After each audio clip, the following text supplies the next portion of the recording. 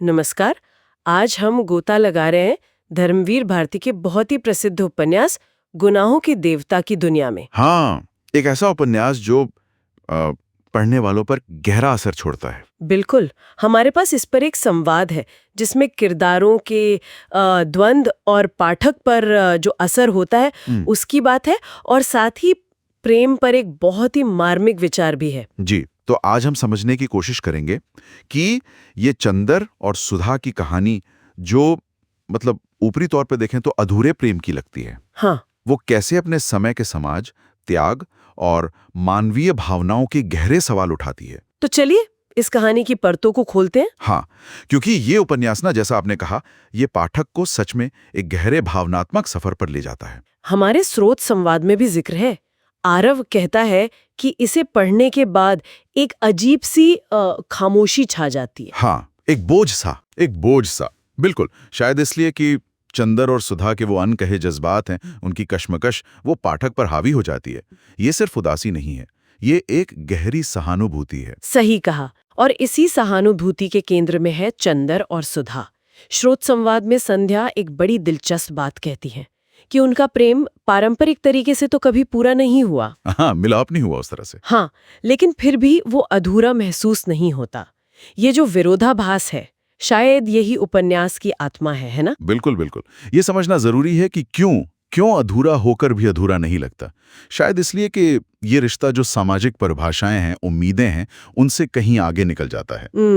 आप चंदर का संघर्ष देखिए। स्रोत में आरव का सवाल भी है कि क्या उसका सुधा से दूरी बनाना ठीक था, पर उपन्यास, जैसा स्रोत बताते हैं, वो इसे सही गलत के खांचे में नहीं डालता। हाँ। वो दिखाता है कि चंदर उस समय के सामाजिक दबाव, रिश्तों की वो अलिखित मर्यादाएं थीं, और शायद उसके अपने आदर्श भी थे।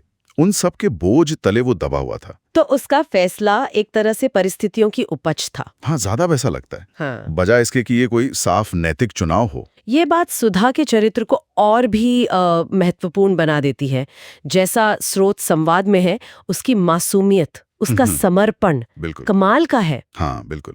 वो चंदर के मन की बात, उसका प्रेम बिना कहे समझ लेती है, लेकिन वो सामाजिक दायरे उसे खुलकर कहने नहीं देते। और उसकी चुप्पी में एक तरह की स्वीकृति भी है और एक गहरा दर्द भी छुपा है। हाँ, और यहीं पर वो प्रेम का विरोधाभास और गहरा हो जाता है, जिसकी बात हमने की। स्रोत संवाद में संध्या इस पर गौर करती है कि कैसे दो लोग जो एक दूसरे के लिए इतना कुछ महसूस करते हैं, इतना गहरा, हाँ, वो अंत में अलग अलग रास्तों पर चले जाते हैं। क्या ये नियति है, या समाज की लकीरें, या फिर क्या लेखक कुछ और दिखाना चाह रहे थे? मुझे लगता है लेखक का इशारा शायद इसी तरफ है। स्रोत संवाद भी इस विचार को सामने लाता है कि भारती जी शायद ये कहना चाह रहे थे कि प्रेम का मतलब हमेशा मिलन या अधिकार जताना ही नहीं होता। अच्छा। हाँ, कभी कभी जो अधूरा दिखता है वही प्रेम शायद सबसे तीव्र, सबसे पवित्र और सबसे मुकम्मल भी हो सकता है। मतलब वचनों और वासना की सीमाओं से परे। हाँ, बिल्कुल। ये एक आत्मिक जुड़ाव की बात है, एक ऐसा समर्पण जहां दूसरे की खुशी अपने अधिकार से ज्यादा मायने रखती है। शायद इसीलिए पाठक जुड़ पाते हैं। स्रोत संवाद में भी ये बात है कि पाठक खुद को चंदर या सुधा की जगह रखकर देख पाते हैं। हाँ, क्योंकि सीमाओं में बंधे प्रेम का अनुभव, चाहे वो सीमाएं बाहरी हों या भीतरी, कहीं ना कहीं हर इंसान ने महसूस किया होता है। ये उपन्यास उस सार्वभौमिक अनुभव को छू लेता है। सही कहा।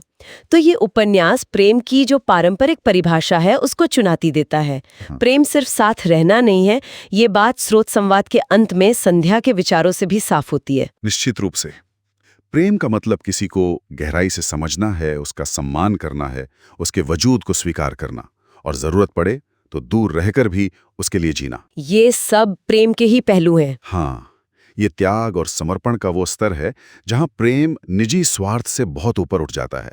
उपन्यास इसी उदात्त प्रेम की तस्वीर दिखाता है। और वो एक पंक्ति जो हमारे स्रोत में भी है, तुम्हें पाने की तमन्ना नहीं, सिर्फ इतना चाहती हूँ कि तुम हमेशा मेरे हो जाओ, भले ही किसी और के साथ रहो। ये तो जैसे पूरे उपन्यास का सार है। हाँ, सार कह देती है। ये उस निस्वार्थ, लगभग आध्यात्मिक प्रेम को दर्शाती है जिसकी हम बात कर रहे हैं। बिल्कुल। तो संक्षेप में कहें, हमारे स्रोत यही बताते हैं कि गुनाहों का देवता सिर्फ एक प्रेम कहानी नहीं है। ये अधूरेपन में पूर्णता, त्याग की शक्ति, सामाजिक बंधनों का दबाव और अनकहे जज्बातों की असीम ताकत का एक गहरा अन्वेषण है। और ये दिखाता है कि जो कहा नहीं गया वो कभी-कभी कहे गए शब्दों से कहीं ज्यादा वजनदार हो सकता है। हाँ, बिल्कुल। ये वाकई सोचने पर मजबूर करता है और ये उपन्यास आज भी उतना ही प्रासंगिक लगता है। हाँ, लगता है।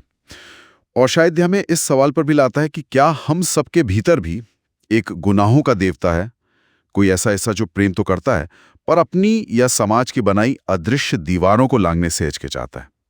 सोचने वाली बात है। आज के इस बदले हुए समय में वो कौन सी नई या पुरानी सीमाएं हैं जो हमारे रिश्तों और प्रेम की अभिव्यक्ति को उसी तरह आकार दे रही हैं जैसे कभी चंद्र और सुधा के समय में दे रही थी।